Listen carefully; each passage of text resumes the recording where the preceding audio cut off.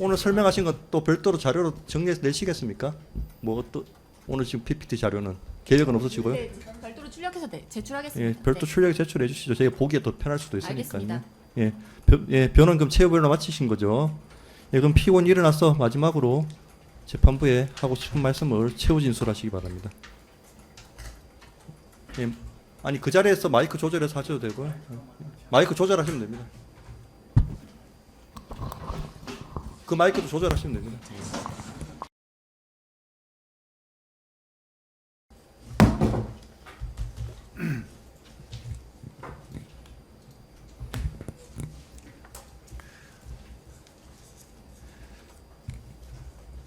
존경하는 재판장님, 지금 특검에서는 계급, 성명, 임관 구분 정도가 기재된 40명의 명단이 국방부 장관의 명예에 의거해서 노상원 전 정보사령관과 공유되었다가 국방부 장관에게 보고된 것을 두고 군사상 기밀 누설이라고 주장하고 있습니다.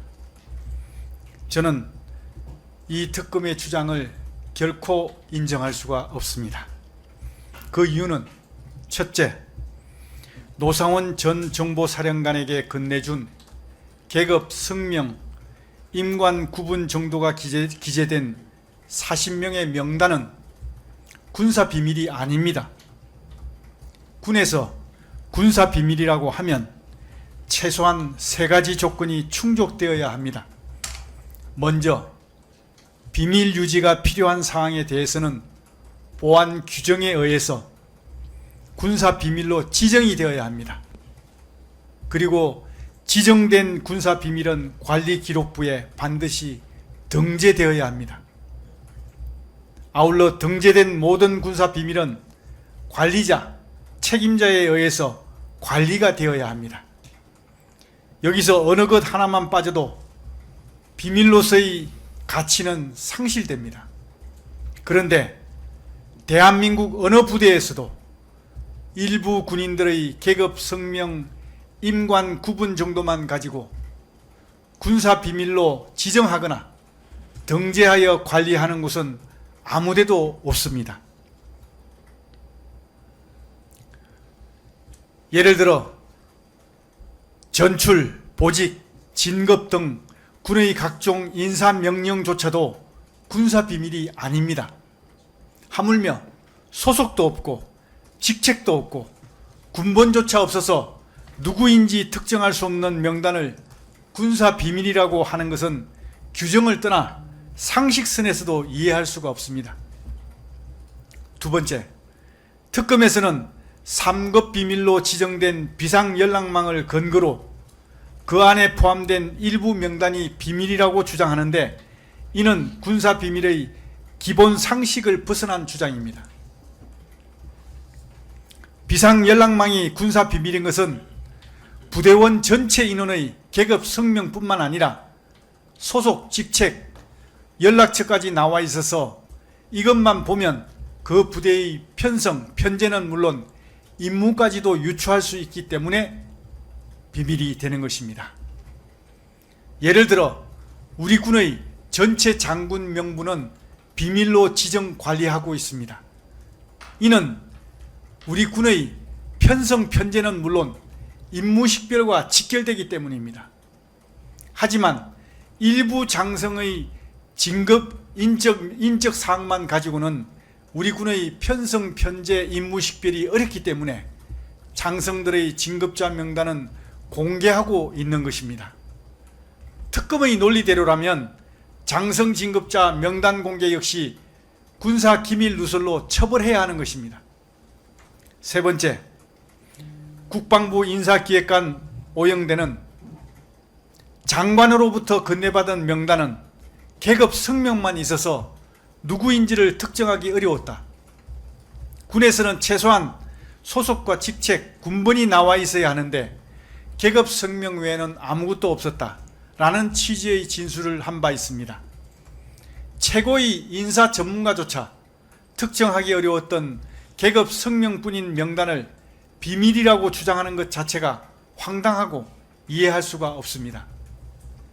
존경하는 재판장님, 군사 비밀로 지정도 되어 있지 않고 등재도 되어 있지 않고 관리도 하고 있지 않는 특검의 주장 있는 것을 특검의 주장에 따라서 군사 비밀로 인정하고 그 유출 책임을 묻는다면 대한민국 군인들 그 누구도 임무를 수행함에 있어서 군사 기밀, 개인정보 누설 혐의에 자유롭지 못할 것입니다. 아무쪼록 국가 안보와 국민 안전을 위해 목숨 걸고 묵묵히 헌신하고 있는 군인들에게 뒤를 돌아보지 않고 오직 정만 보면서 주어진 임무에 전념할 수 있도록 살펴봐 주실 것을 간곡히 부탁드립니다. 존경하는 재판장님, 조지 오웰은 1984 소설에서 절대 권력이 현재를 장악하면 과거의 기록과 과거의 기억을 마음대로 조작할 수 있고 조작된 과거를 통해 미래의 방향성까지도 결정할 수 있다고 경고했습니다. 지금 대한민국은 조지 오웰이 경고한 보편적 기만이 판치는 독재 시대로 접어들었습니다. 독재 권력을 앞세운 특검은 2+2는 5라고 주장하며 2+2가 4라고 이야기하는 군인들을 핍박하고 죄인 취급하면서 유죄 판결을 강요하고 있습니다. 그러다 보니 진실을 말하는 것, 진실을 행하는 것이 매우 어렵고 혁명적 행위가 되어가고 있습니다.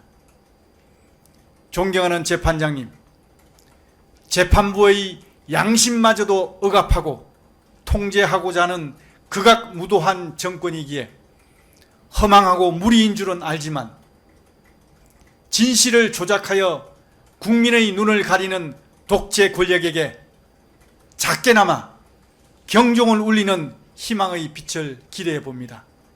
재판부의 근성을 기원드립니다. 감사합니다.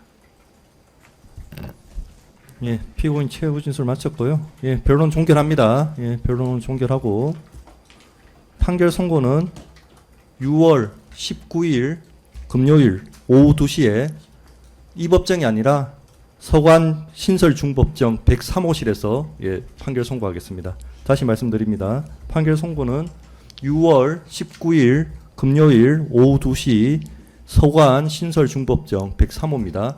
예, 교도관님들 예, 이 법정이 아니니까 참고하시기 바랍니다. 예, 이상 오늘 재판을 마치겠습니다.